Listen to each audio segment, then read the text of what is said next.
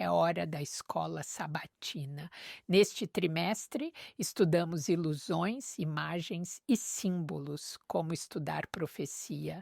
Hoje é a Fundação Gênesis. Você não vai querer perder isso. Se você ainda não tem o trimestral, pode ir a 3abnsabbathschoolpanel.com e baixar sua cópia lá, ou ir à Igreja Adventista do Sétimo Dia mais próxima. Eles ficarão felizes em lhe dar uma cópia e estudar com você. Junte-se a nós agora. Não importa de onde você esteja se juntando a nós no mundo, nós damos as boas-vindas.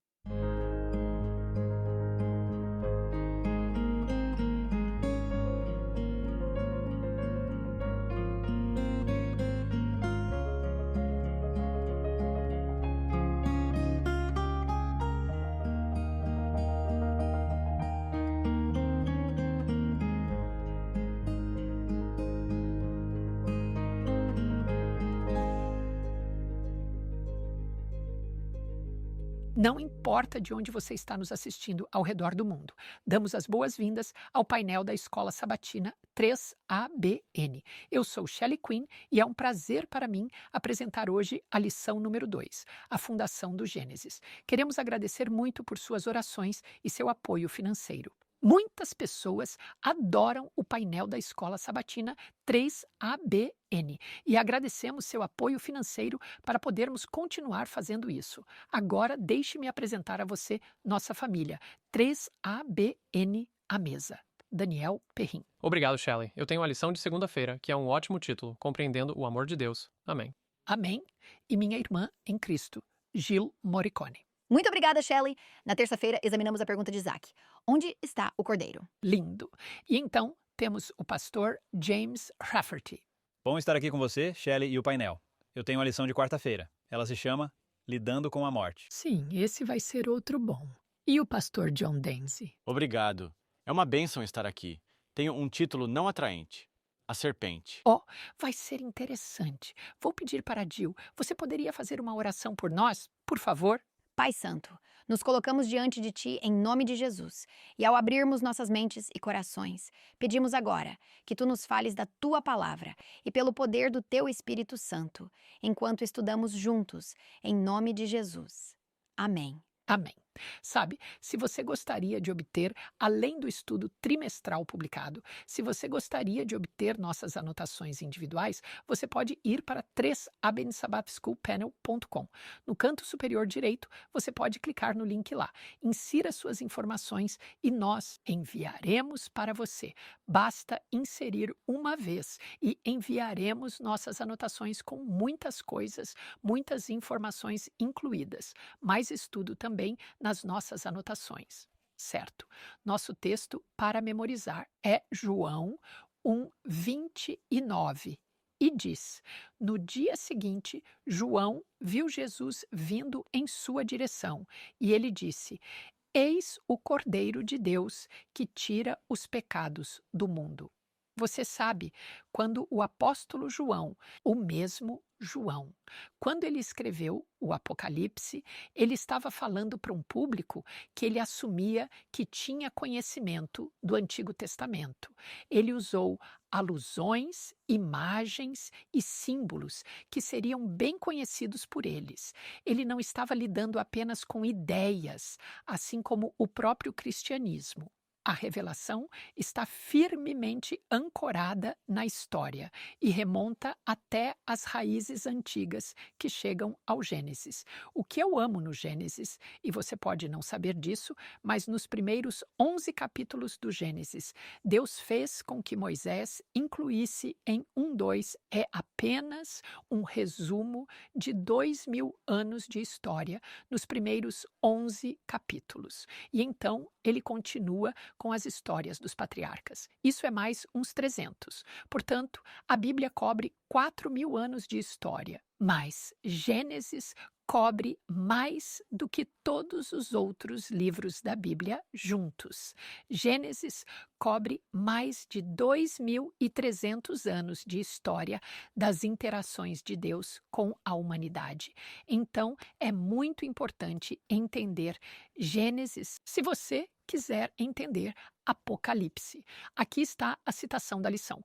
Quase todos os conceitos-chave mencionados no Apocalipse aparecem de alguma forma nos capítulos iniciais da Bíblia, de muitas maneiras. Apocalipse é Gênesis ao contrário.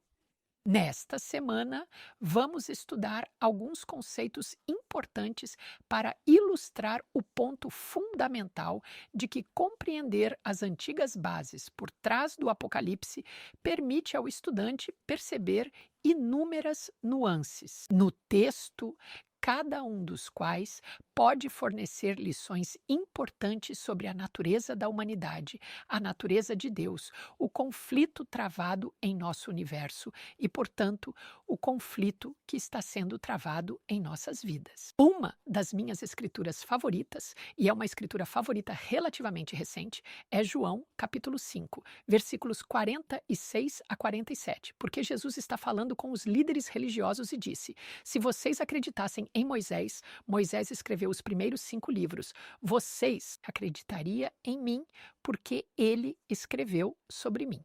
Então, quando você está estudando os primeiros 5 livros da Bíblia, você está procurando pelo Messias em todas essas escrituras.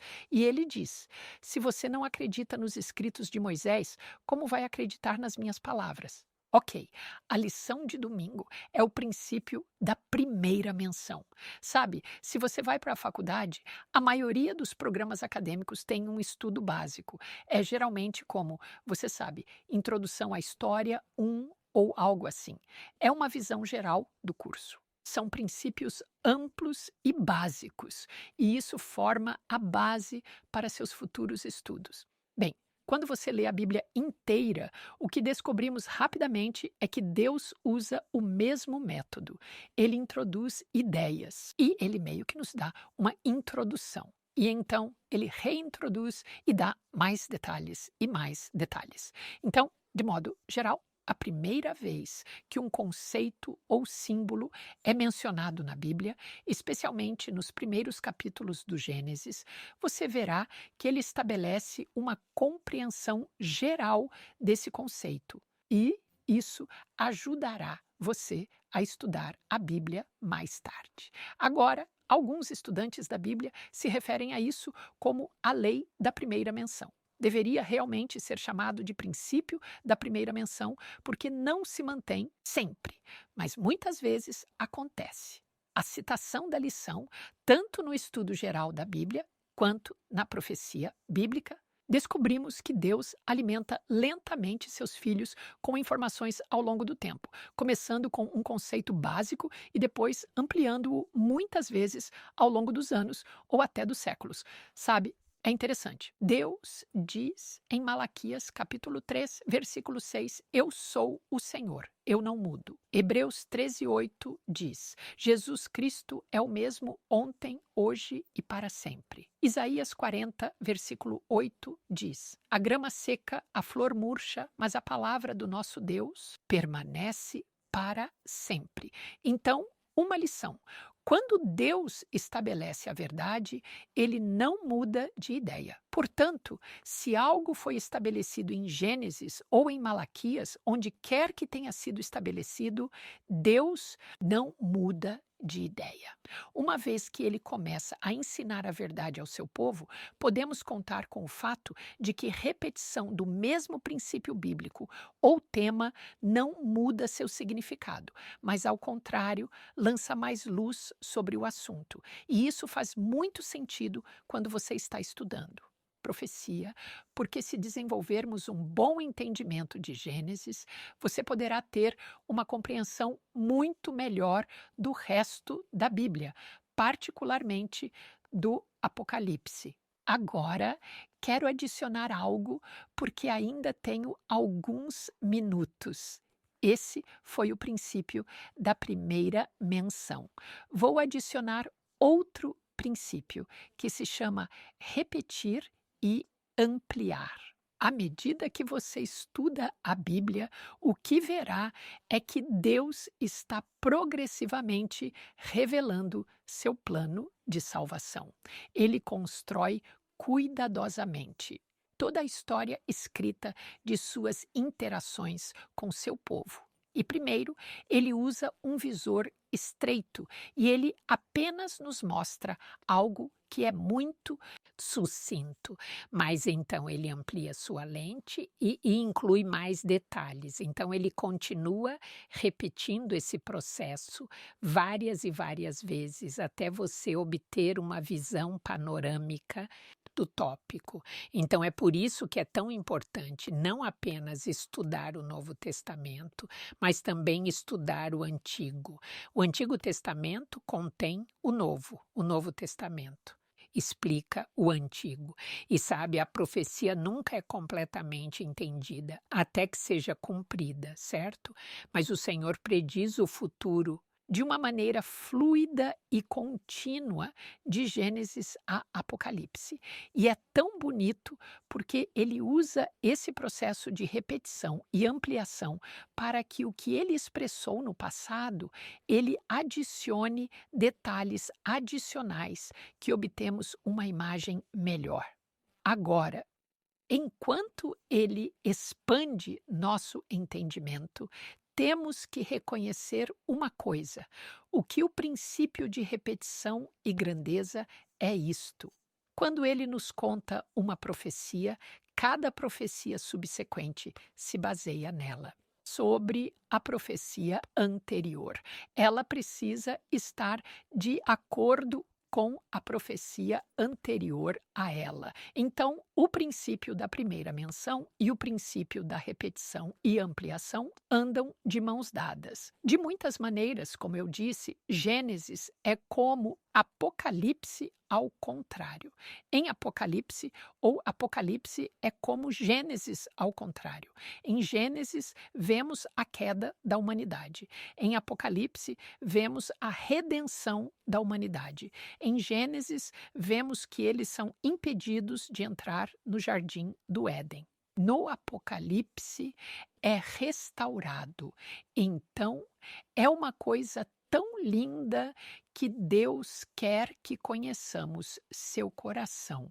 Olhamos para o princípio da primeira mensal e isso é algo que nos dá uma ideia de como Deus vai usar essa alusão, imagem ou símbolo no futuro.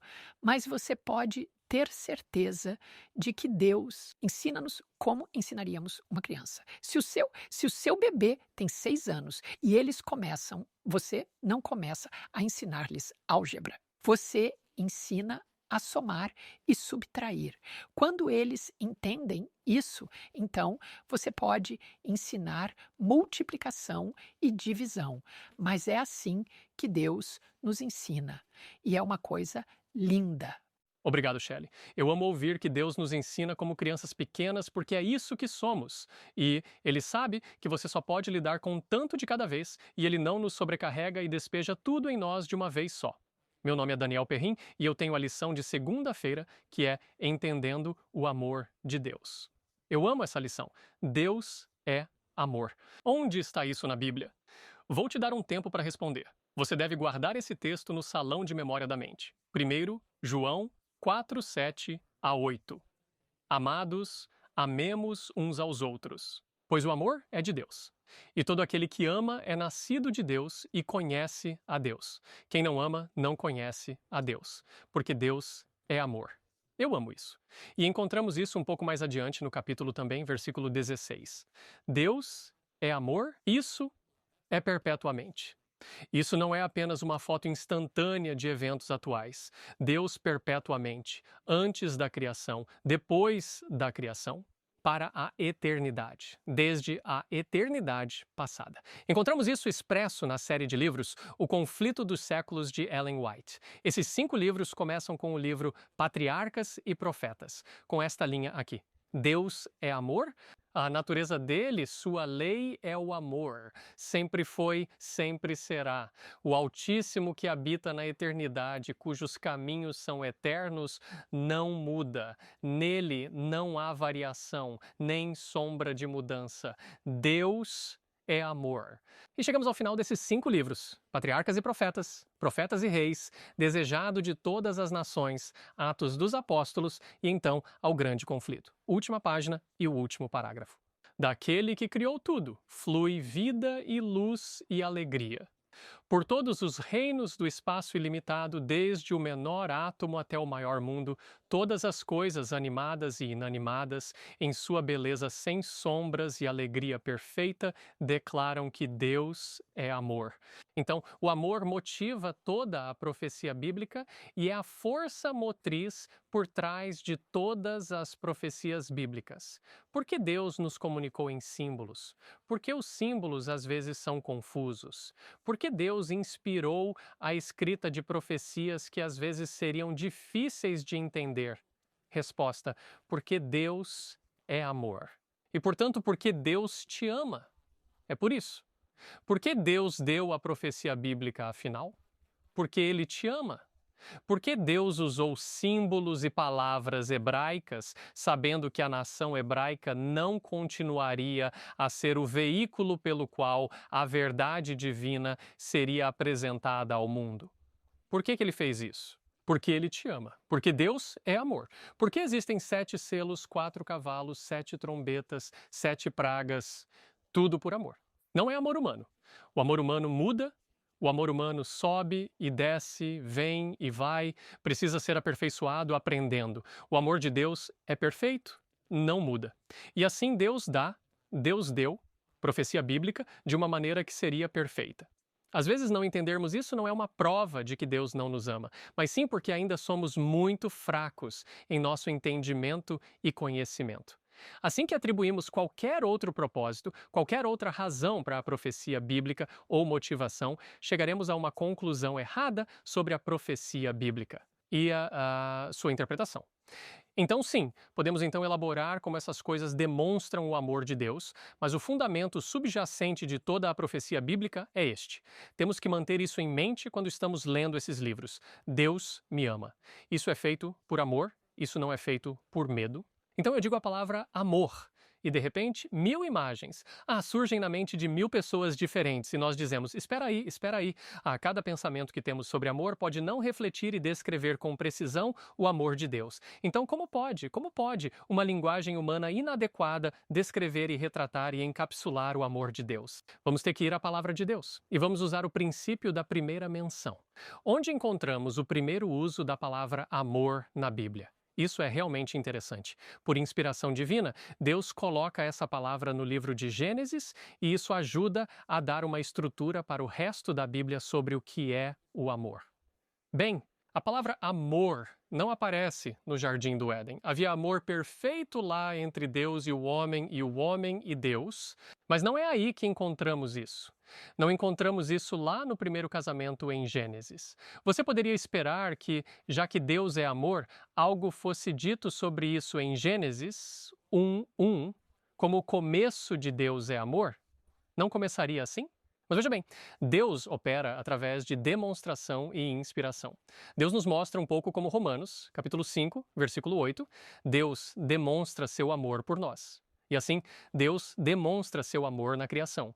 Por toda a criação, vemos o amor de Deus demonstrado. Mas a palavra aparece no momento certo para que possamos aprender pela experiência o que é o amor. E essa palavra amor aparece em Gênesis capítulo 22. Uma experiência emocional de grande crise, quase 2000 anos da história da Terra já passaram. E então chegamos ao amor. Você conhece a história de como Abraão, em Gênesis 22, é chamado para sacrificar seu único filho. Abraão e Isaac estavam agora participando de um drama encenado que prepara o terreno para entender o que é o amor de Deus. E eles estão atuando nisso com fé, passo a passo, embora naquele momento não pudessem ver o fim disso.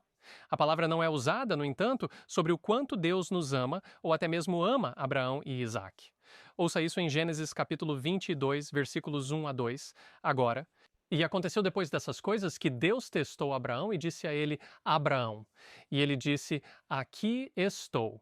Então ele disse: Leve agora seu filho, seu único filho, Isaque, a quem você ama. Vá para a terra de Moriá e ofereça-o lá como holocausto em um dos montes que eu lhe mostrarei. O amor é descrito pela primeira vez na linguagem humana, na relação de pai e filho, particularmente de pai para filho. Então Deus diz: seu filho. E Abraão poderia ter dito: bem, eu adotei Eliezer, na verdade, quando ainda não tinha filhos, para que ele pudesse herdar minha propriedade. Isso foi lá em Gênesis 15. Deus diz: não, seu único filho. Bem, pode ser Ismael. Ele nasceu primeiro. Mas então Deus o chama pelo nome, Isaque, e depois dá um passo adiante para remover qualquer sombra de dúvida. Quem você amou? Não era apenas sobre o nome certo, mas era para ilustrar que Abraão, como exemplo do Pai Celestial, amava seu filho. Deus, o Pai, ama seu filho, amava seu filho, e Deus dá seu filho a quem ele ama. E essa é a história do amor bem ali, e tinha que ser ilustrada dessa forma para perceber que quando Deus dá o presente, ele dá àquele que ama. Ele dá àquele que está perto dele. O amor não se origina de pessoa para pessoa, cônjuge para cônjuge, pai para filho, pai para animal de estimação. O amor não se origina nem mesmo de Deus para o homem. Começa com o amor de pai para filho. E então, a partir daí, Deus nos ama o suficiente para dar àquele que ele ama. Deus dá quem ele ama. E isso nos leva, então, ao primeiro uso da palavra amor no Evangelho de João. Você encontra isso em João, capítulo 3, versículo 16, que está claramente conectado a Gênesis, capítulo 22, repetido comigo, da versão King James. Porque Deus amou tanto o mundo que deu seu único filho gerado, para que todo aquele que nele crê não pereça, mas tenha a vida eterna. E esta é toda a história do Evangelho que já vemos retratada no livro do Gênesis e agora tornada completamente clara em Jesus Cristo e então iluminada através da profecia bíblica. Deus amou tanto o mundo que ele deu.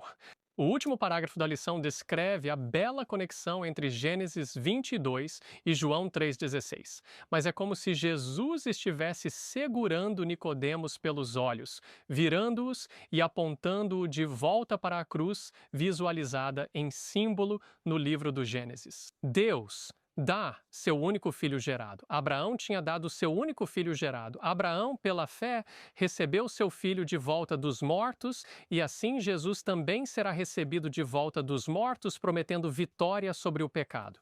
Isto é amor, a doação de Jesus como um sacrifício pelo pecado, um presente de valor incalculável porque ele é quem o Pai ama.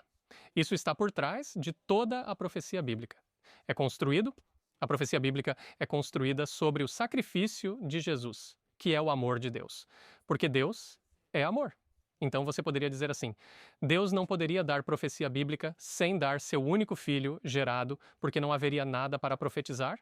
Não haveria nada a esperar, não haveria fundamento. E se você arrancar um fundamento, não sobra prédio para sequer falar sobre. Então, toda a profecia bíblica nos leva de volta a isso. Deus amou tanto o mundo que deu seu único filho. Amém. Obrigado, Daniel, por essa bela lição.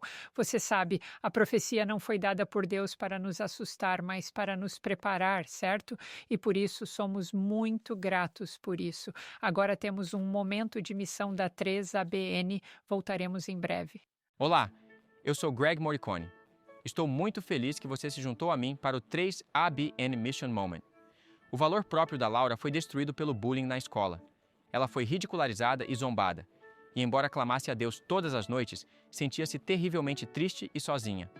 Finalmente, ela conheceu um homem que a amava por quem ela era. Quando se casaram, ela se converteu à sua fé católica. Muitos anos depois, Laura estava em casa se recuperando de uma cirurgia quando ligou a televisão e encontrou um programa em um canal chamado 3ABN Proclaim. O pastor Lonnie Melachenko estava pregando sobre o que acontece após a morte, e a ideia de que sua mãe não estava realmente no céu a chocou. Então, ela lhe enviou um e-mail e ele a surpreendeu enviando toda a série de programas pelo correio.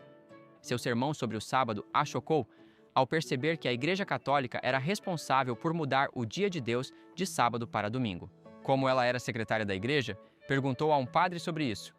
Ele explicou que foi mudado para celebrar a ressurreição de Cristo. Mas quando ela perguntou mais sobre o quarto mandamento, ele ficou irritado. Quanto mais Laura assistia, mais perguntas ela tinha. Então, um dia, ele perdeu a paciência com suas perguntas e publicamente deu um tapa nela na frente de toda a equipe do escritório. Mas nada podia parar a busca de Laura pela verdade.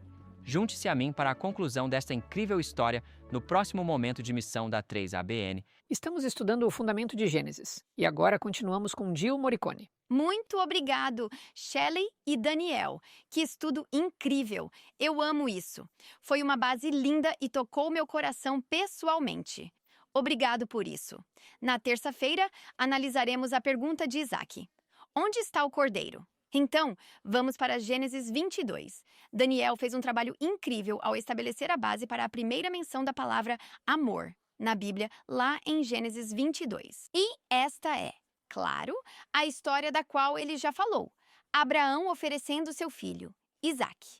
E agora, olhamos para a primeira menção desta palavra hebraica para cordeiro.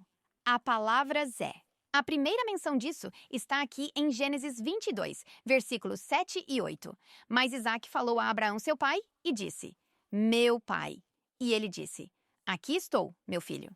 Então ele disse, vejo o fogo e a madeira, mas onde está? O cordeiro para o holocausto. Aqui está a nossa palavra hebraica, se. É a primeira vez que é mencionada no Antigo Testamento. Na verdade, é mencionada 47 vezes no Antigo Testamento.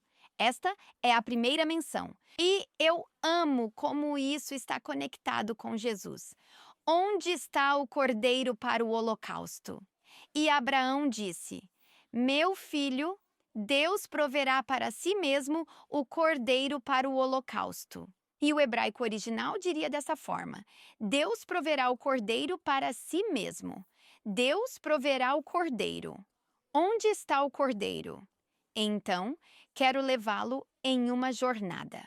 Onde está o cordeiro nas Escrituras? Vamos seguir esta palavra hebraica, si, e vamos observá-la através do Antigo Testamento e depois sua correspondente palavra em grego no Novo Testamento. Onde está o cordeiro? Vamos dar uma olhada em um livro. Estamos indo para Êxodo. Êxodo capítulo 12. Esta é, claro, a experiência da Páscoa.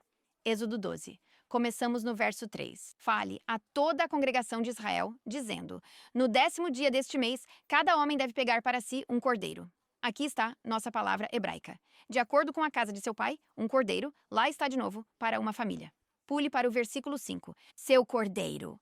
Lá está nossa palavra hebraica novamente. Será sem defeito, um macho de 1 ano. Você pode pegá-lo das ovelhas ou dos cabritos. Pule para o versículo 6. Então toda a assembleia da congregação de Israel o matará ao crepúsculo. E eles tomarão um pouco do sangue e o colocarão nos umbrais das portas e na verga das casas onde o comerão. Pule para o versículo 12. Pois naquela noite passarei pela terra do Egito e ferirei todos os primogênitos na terra do Egito. Pule para o versículo 13. Quando eu vir o sangue, passarei por cima de vocês. Então, onde está a pergunta? Onde está o cordeiro? O cordeiro tomou o lugar dos filhos de Israel, seu castigo, por assim dizer, para que eles pudessem viver. O sangue do cordeiro no batente da porta. O cordeiro é sem defeito. O cordeiro foi morto para que eles pudessem viver. Pule para outro livro. Estamos em Levítico. Levítico, capítulo 5, versículo 7. Aqui está a mesma palavra hebraica, se. Se ele não puder trazer um cordeiro para a oferta pelo pecado, então ele trará ao Senhor, pelo seu pecado que cometeu, 2 rolas ou 2 pombinhos, uma como oferta pelo pecado e a outra como oferta queimada. Agora, isso é no caso de pobreza. Há uma substituição para o cordeiro se não puderem pagar por um cordeiro. Eles podem trazer pombas ou rolinhas, mas a pergunta surge novamente. Onde está o cordeiro? O cordeiro está sendo sacrificado pelo meu pecado. Olhe para Isaías 43.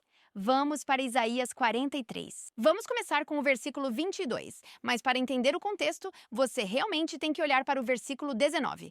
Deus dizendo, vou fazer algo novo. Farei uma estrada no deserto e rios no deserto. E você pensa, Olhe o que Deus quer fazer na vida do seu povo e nos filhos de Israel.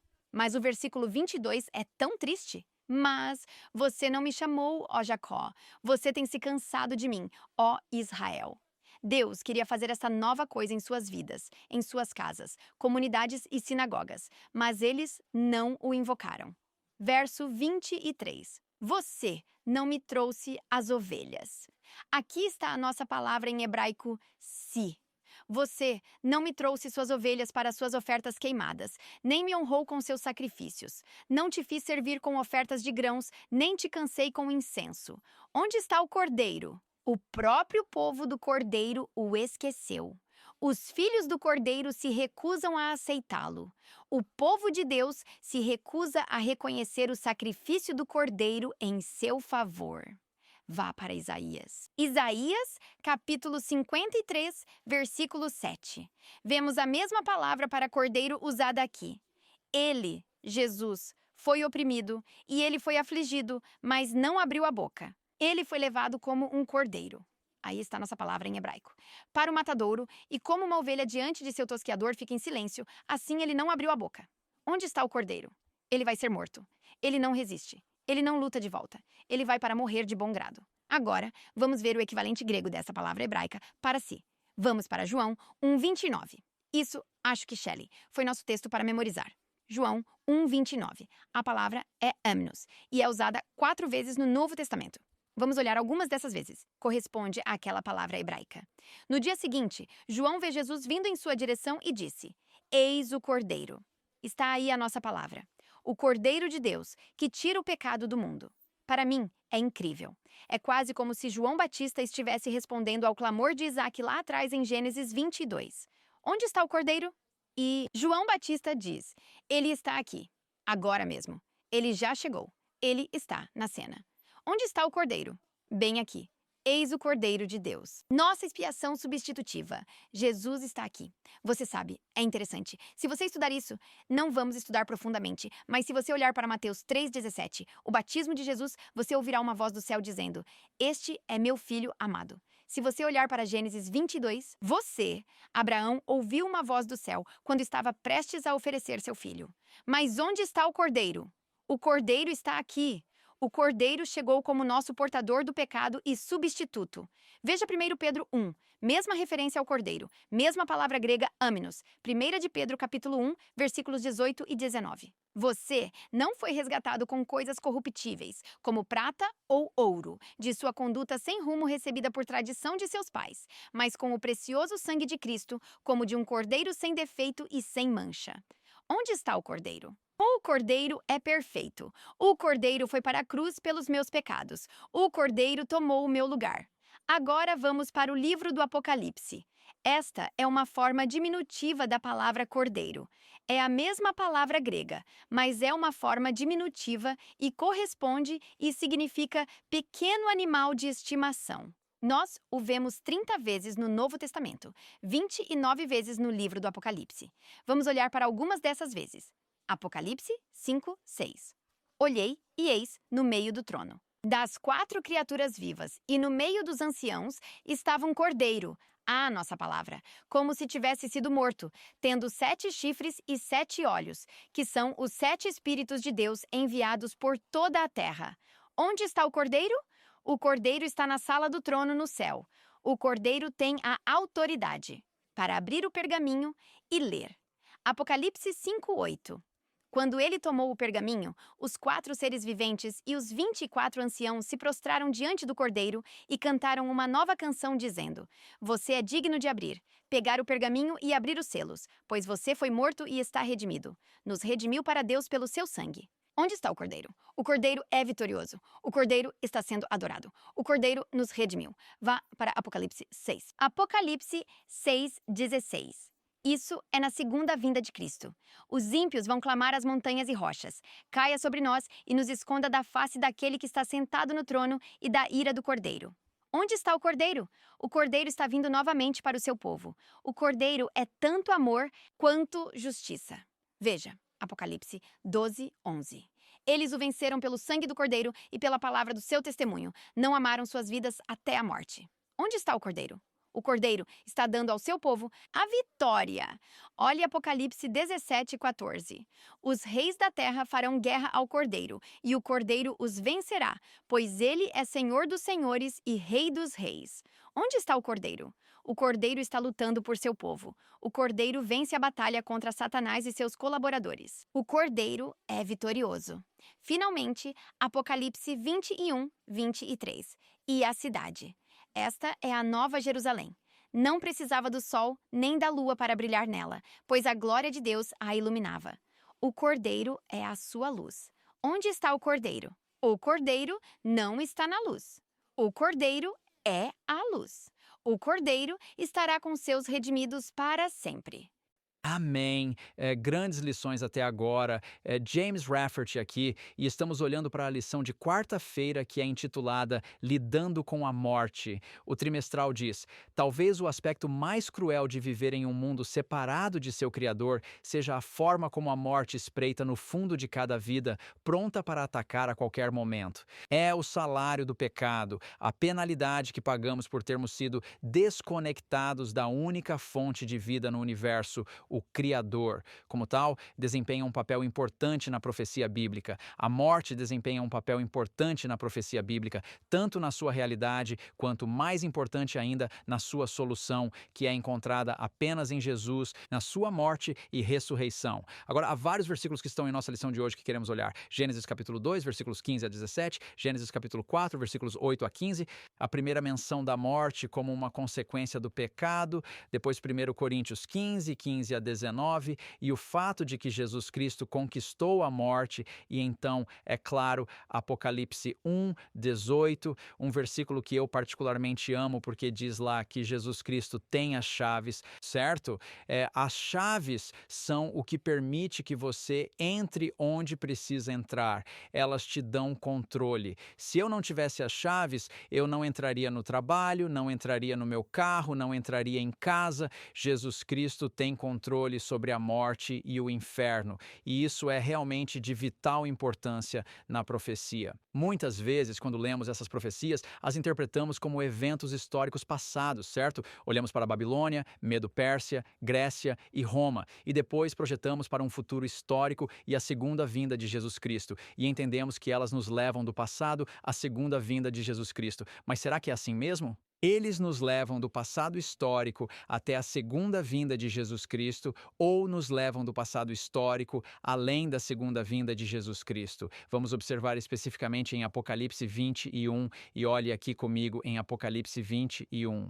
Começando com o versículo 1, onde a profecia bíblica nos leva, porque muitas vezes nosso medo da profecia bíblica, nosso medo de ler Apocalipse ou Daniel ou profecias é baseado na ideia de que está nos levando a este incrível retorno onde todos os ímpios são destruídos nas 7 últimas pragas e só há morte e destruição. Mas na realidade, não é para onde a profecia bíblica está nos levando. Veja, na Bíblia, Deus está revelando o inimigo de seu reino, e o inimigo de seu reino não é necessariamente as nações deste mundo que se afastaram ou apostataram ou estão trabalhando contra ele através da influência do príncipe deste mundo, Satanás. O inimigo que Deus identifica na profecia bíblica, o inimigo final que será destruído segundo 1 Coríntios capítulo 15 e versículo 26, é a morte. A morte é o inimigo que Deus quer eliminar, e Apocalipse e Daniel revelam Deus derrotando este inimigo, destruindo a morte. O preço do pecado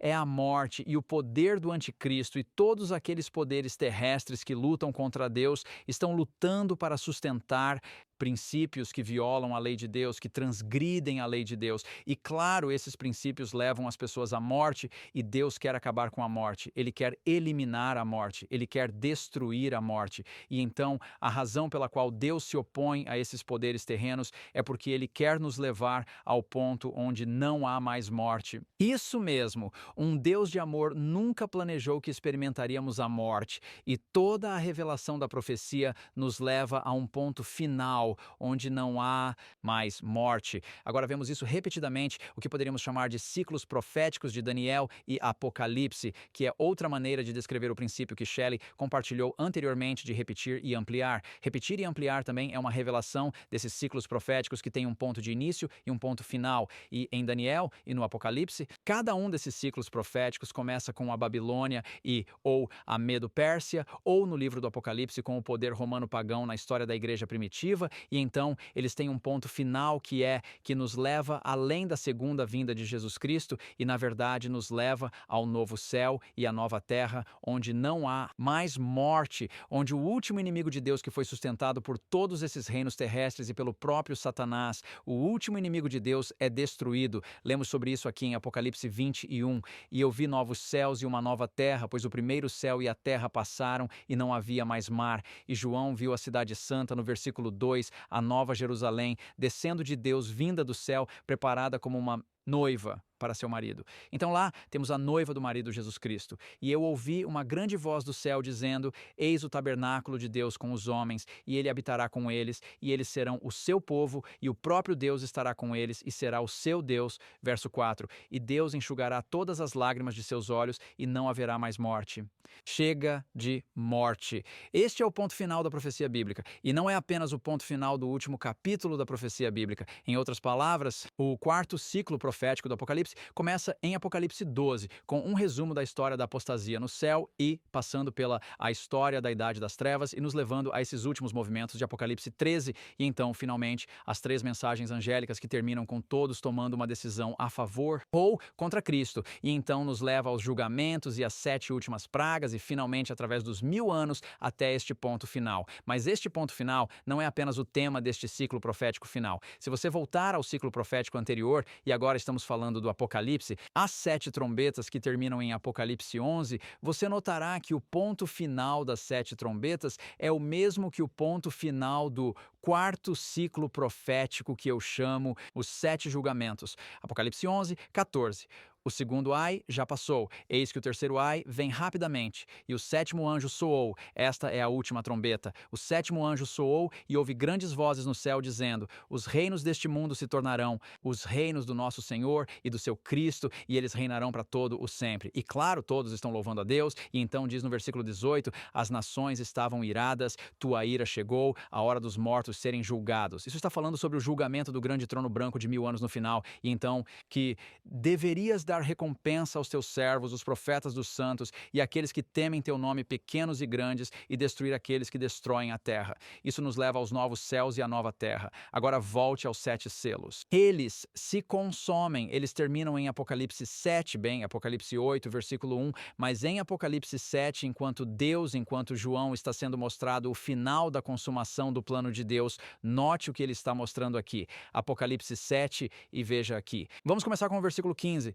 Uma grande multidão que ninguém pode contar, versículo 15, portanto, estão diante do trono de Deus e o servem dia e noite em seu templo, e ele se assenta. Aquele que se senta no trono estará entre eles. Versículo 16. Eles não terão mais fome, nem terão mais sede, nem o sol lhes iluminará, nem qualquer calor, pois o cordeiro que está no meio do trono os alimentará e os conduzirá a fontes de águas vivas, e Deus enxugará todas as lágrimas dos olhos. A mesma linguagem que lemos no capítulo 21 do Apocalipse. Então, você volta para as 7 igrejas e no final de cada uma delas, você tem as mesmas promessas da nova terra. Você vai comer da árvore da vida, não será atingido pela segunda morte. Você será uma coluna no templo de Deus. Essas promessas da nova terra também são encontradas no livro de Daniel. No livro de Daniel, quando você termina o quarto ciclo profético, Daniel 12, você tem essa imagem da ressurreição. E em Daniel 12:3, que é o versículo final do quarto ciclo profético, diz: e os sábios brilharão como o brilho do firmamento, e aqueles que levam muitos à retidão como as estrelas para todo o sempre. Esses são os novos céus na nova terra. E claro, no capítulo 8 de Daniel, você tem a mesma coisa. Está um pouco disfarçado em linguagem aqui, mas você tem esse poder final fazendo guerra contra o príncipe no céu e diz que esse príncipe vai se levantar contra o príncipe, mas ele será quebrado sem mão. Isto é, novamente estabelecido ou ou exposto. Em Daniel 7, onde você tem este grande julgamento do trono branco, você tem a besta sendo lançada às chamas e então você tem os santos herdando o reino. E eles vão herdar este reino e este reino será estabelecido para sempre e sempre. Você tem a mesma coisa em Daniel, capítulo 2. O reino de Deus no novo céu e nova terra é descrito como uma montanha e essa grande montanha cresce e enche toda a terra. Certo? Esse é o novo céu e a nova terra. Então, todos os ciclos proféticos de Deus nos capítulos de Daniel 2, 7, 8 e 11 e em Apocalipse, as 7 igrejas, os 7 selos, as 7 trombetas e as 7 últimas pragas, todos nos levam ao novo céu e à nova terra. Vamos além da segunda vinda e, como adventistas do sétimo dia, precisamos levar as pessoas a este ponto final, porque o mais importante para Deus, para cada indivíduo no planeta Terra, é explicar para eles que Deus, de forma alguma, está trabalhando junto com a morte, que Deus nunca intencionou a morte, que a evolução não é um processo no qual Deus está de forma alguma, que a morte é um inimigo de Deus e Deus vai acabar com ela. Não haverá mais dor, mais sofrimento, nem lágrimas, porque a morte vai acabar e teremos acesso total à árvore da vida e viveremos eternamente com Jesus Cristo. Amém. Louvado seja o Senhor. Estou ansioso por isso. Obrigado, Pastor James. Na quinta-feira, a lição é intitulada A Serpente. Meu nome é John Denzin e vamos mergulhar na lição. Começo lendo a primeira parte na quinta-feira.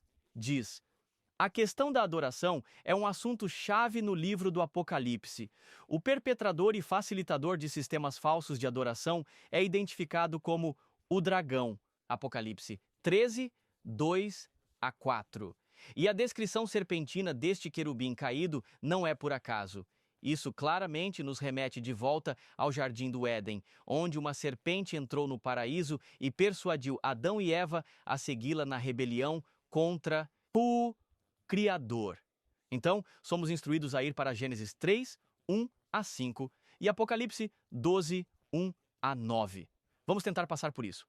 Agora, é interessante que somos instruídos a ir ao Velho. O Velho Testamento e o Novo Testamento. Eles são um só. O Antigo Testamento e o Novo Testamento. Temos apenas essas palavras. Antigo Testamento, Novo Testamento. Como se fosse antigo, já não fosse mais bom. Mas não. Esta é a palavra de Deus. É rica. Tem bênçãos para todos. Devemos ler tanto o Antigo quanto o Novo Testamento. Eles se complementam e você aprende com cada um. Então, sim, precisamos ler tanto o Antigo quanto o Novo Testamento. A primeira menção da serpente está no livro de Gênesis. Vamos para Gênesis 3. E, antes de começarmos a ler, considere o capítulo 1 de Gênesis. Deus criou um mundo perfeito. O capítulo 1, versículo 31 de Gênesis diz que Deus olhou para tudo e tudo era muito bom. Não havia nada ruim, não havia maldade, tudo era fantástico. E foi considerado muito bom pelo próprio Deus, que é perfeito. Gênesis 2 fala sobre Deus ter criado a mulher da costela do homem. E parece que em Gênesis 2, Deus planta um jardim lá, para Adão e Eva. Parece que um futuro maravilhoso, maravilhoso, está reservado para eles. Então, entra a serpente. Gênesis capítulo 3, começando no versículo 1. E é isso que a Bíblia diz. Gênesis 3, 1. A serpente era mais astuta que qualquer besta do campo que o Senhor Deus tinha feito. E ele disse à mulher: Deus realmente disse: você não deve comer de toda a árvore do jardim? Agora, com quem a serpente está falando? Ele está falando com a mulher. A mulher ama a Deus. Eva amava a Deus de todo o seu coração. E tudo que ela sabe sobre Deus é que Ele tem sido bom para nós. Olhe para este maravilhoso jardim que Ele nos deu. Eu tenho um marido, somos um só. Mas a questão é, Deus disse a você que não pode comer de toda a árvore, insinuando que Deus não está permitindo que você tenha plena e total liberdade de desfrutar de tudo que Ele fez. Ele está escondendo coisas de você. Mas como a mulher ama a Deus, o que ela faz? Ela defende Deus. E então, Gênesis 2. E a mulher disse à serpente: nós podemos comer o fruto das árvores do jardim, mas do fruto da árvore que está no meio do jardim, Deus disse: não deve comer nem tocar para não morrer. Pergunta: o diabo sabia disso? Ah, absolutamente. Ele começou esta conversa com um motivo: enganar a mulher. E agora Eva está conversando com um enganador e mentiroso, e ela não sabe. E a serpente, sutil, astuta, e é o diabo usando a serpente. Observe então, Gênesis 3, 2. Mas do fruto da árvore. Sim, nós já lemos isso. Vamos para o versículo 4. Então a serpente disse à mulher: você não morrerá certamente. Uma contradição direta ao que Deus disse. Então agora a serpente está mentindo. Mas a mulher sabe que a serpente está mentindo? Ela nunca ouviu uma mentira. Ela não sabe o que é uma mentira. Ela nunca mentiu. Ela nunca ouviu Adão mentir. Os anjos nunca mentiram. Deus nunca mentiu. Então ela ouve uma mentira e precisa avaliar isso como uma verdade. Eu nunca ouvi uma mentira. O que é isso? É uma contradição. Eu nunca ouvi isso antes. Deus me disse a verdade. E agora é essa a verdade? Então ela começa a se perguntar sobre isso. Pois Deus sabe, reparem, pois Deus sabe que no dia em que o comerem, seus olhos serão abertos e vocês serão como Deus, conhecendo o bem e o mal. Deus está escondendo algo de você. Ele disse para você não comer disso porque você vai ser como Deus, sabendo o bem e o mal. Eu me lembro de um dia que alguém bateu na porta e um homem estava lá, vendendo aspiradores de pó. E meu pai disse: quem é? Ah, há um homem aqui. Ele está vendendo aspiradores de pó. Deixe-o entrar. E então o homem começa a sua apresentação e ele está fazendo um ótimo trabalho. E meu pai diz: já temos um aspirador de pó. E ele diz: ah, você tem? Pode trazer, por favor? E então ele fez uma demonstração com o nosso aspirador de pó velho. E agora ele diz: deixe-me mostrar meu aspirador de pó. Ele passou pela mesma área que nós tínhamos passado com o nosso maravilhoso aspirador de pó. E ele pegou tanta sujeira que eu fiquei tipo: o quê? Isso é inacreditável. Acabei de passar o aspirador nessa área. Mas veja, ele está tentando nos convencer: eu tenho algo melhor do que você tem. E isso é o que o diabo está tentando fazer com Eva. Há algo melhor do que você tem e Deus está mantendo você longe disso. Estou aqui para iluminar você e libertar você para que você possa ser como Deus. Ele insinuou: eu tenho algo melhor. Então, com quem Eva está falando? João 8,44 diz: Jesus falando aos escribas e fariseus, e ele diz: vocês são do seu pai, o diabo, e querem cumprir os desejos do seu pai. Ele foi um assassino desde o início e não permanece na verdade, porque não há verdade nele. Nenhuma verdade há nele. E precisamos lembrar disso.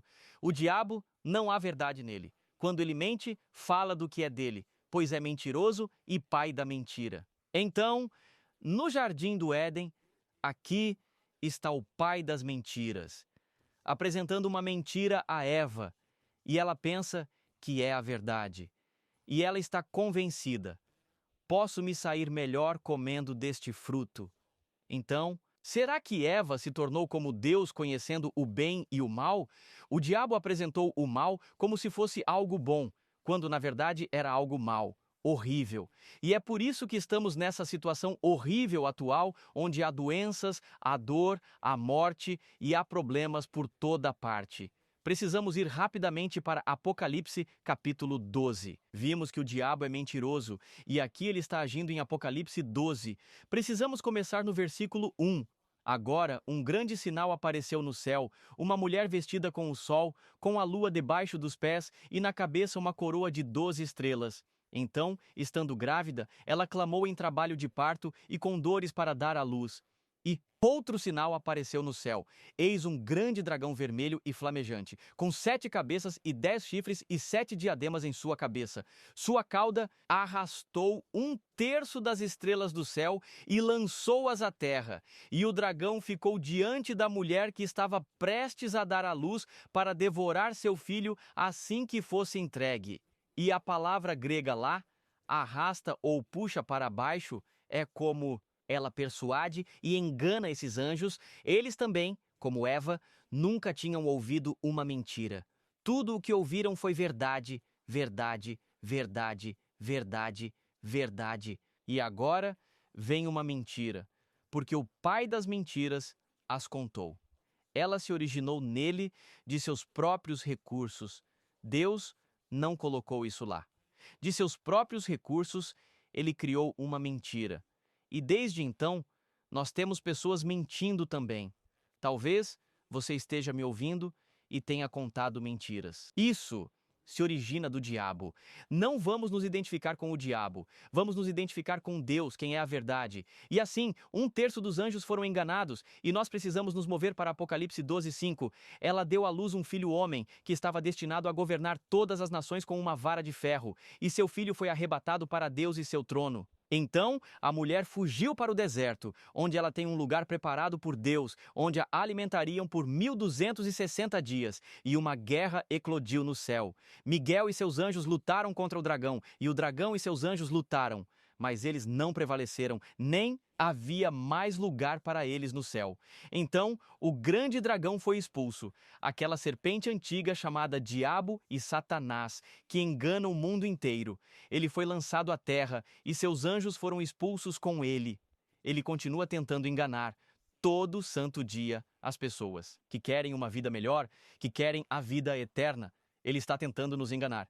E assim, temos aqui rapidamente a grande história da controvérsia nestes poucos minutos, nos fazendo saber que há um enganador, há um mentiroso que vai tentar te enganar. Fique com a palavra de Deus. Siga o Senhor com todo o seu coração. Ele tem seus melhores interesses em mente, enquanto o diabo tem a destruição como seu motivo para enganá-lo. Amém. Obrigado a todos por essa bela lição. E agora vamos tomar um momento para algumas considerações finais. Bem, eu tive a lição de segunda-feira, que era entender o amor de Deus, e não posso deixar de me perguntar, como seria se realmente entendêssemos o amor de Deus? Como isso mudaria a forma como veríamos as palavras das Escrituras, as palavras da profecia, veríamos uns aos outros, nos veríamos a nós mesmos e nosso futuro? Minha oração é para você e para cada um de nós aqui, para que possamos entender o amor de Deus. Na terça-feira, vimos onde está o cordeiro. Esta é a pergunta de Isaac, lá em Gênesis capítulo 22. E ao vermos o simbolismo, vemos que o cordeiro representava Jesus, o Messias vindouro que veio como nosso substituto, tomou nosso lugar, o perfeito e imaculado Cordeiro de Deus. E que agora esse mesmo cordeiro está à direita do Pai, intercedendo por você e por mim, e voltará novamente para nós. Amém. E na lição de quarta-feira, examinamos o tema de lidar com a morte e olhamos para este ciclo profético que nos leva por todos os eventos da história e nos leva ao novo céu e nova terra. E faz isso repetidamente. Daniel 2, Daniel 7, Daniel 8, Daniel 11, Apocalipse, igrejas, selos, trombetas e, claro, aquele último ciclo profético em Apocalipse. Tudo isso nos leva às palavras de Cristo em João capítulo 11, versículo 26 e 27. João capítulo 11, versículos 25 e 26. Desculpe-me. Jesus disse a ela: Eu sou a ressurreição e a vida. Quem crê em mim, mesmo que esteja morto, viverá. E quem vive e crê em mim nunca morrerá. E então ele fez a pergunta. E amigos, vamos fazer essa pergunta a vocês agora. Vocês acreditam nisso?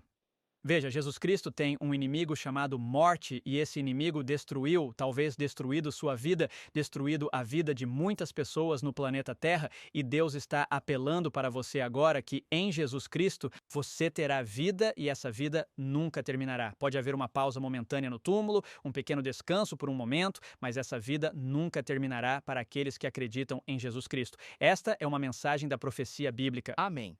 Amém. Temos em Apocalipse 12 Miguel e seus anjos lutaram contra o diabo e que Miguel Jesus continua a lutar em nosso favor. Tiago, capítulo 1, versículo 5. Se algum de vocês falta sabedoria, deixe que peça a Deus que dá a todos liberalmente e sem censura, e isso será dado a ele. Continue a confiar no Senhor. Peça a ele para lhe dar sabedoria para discernir as mentiras do inimigo e continue a seguir Jesus. Amém. Amém. Obrigado a todos. Minha reflexão enquanto você falava, quando Adão e Eva pecaram e Deus desceu ao jardim para falar com eles. Ele não os amava menos do que no dia anterior ao pecado. Nos seus piores dias, Deus te ama tanto quanto nos teus melhores dias. Não deixe o diabo usar o seu pecado para separar de Deus. Corra para ele, aproxime-se dele, não o evite. Na próxima semana, vamos continuar com a terceira lição, Imagens para o Casamento, um estudo lindo. Mas agora, queremos encerrar com uma oração. Nosso Pai Celestial, mais amoroso e gracioso, como te agradecemos, Senhor, pelo dom da profecia, como te agradecemos pelo testemunho de Jesus Cristo, como te agradecemos, Senhor, por isso ser algo que você nos deu para o nosso benefício, porque você nos ama, Senhor. E eu te agradeço por este estudo, agradeço a todos que estão ouvindo. Oro, Senhor, dê-nos não apenas ouvidos para ouvir, mas um coração que colocará a sua palavra em prática. Nós te louvamos, oramos, venha, ó Senhor. Em nome de Cristo, amém. Amém. Obrigada.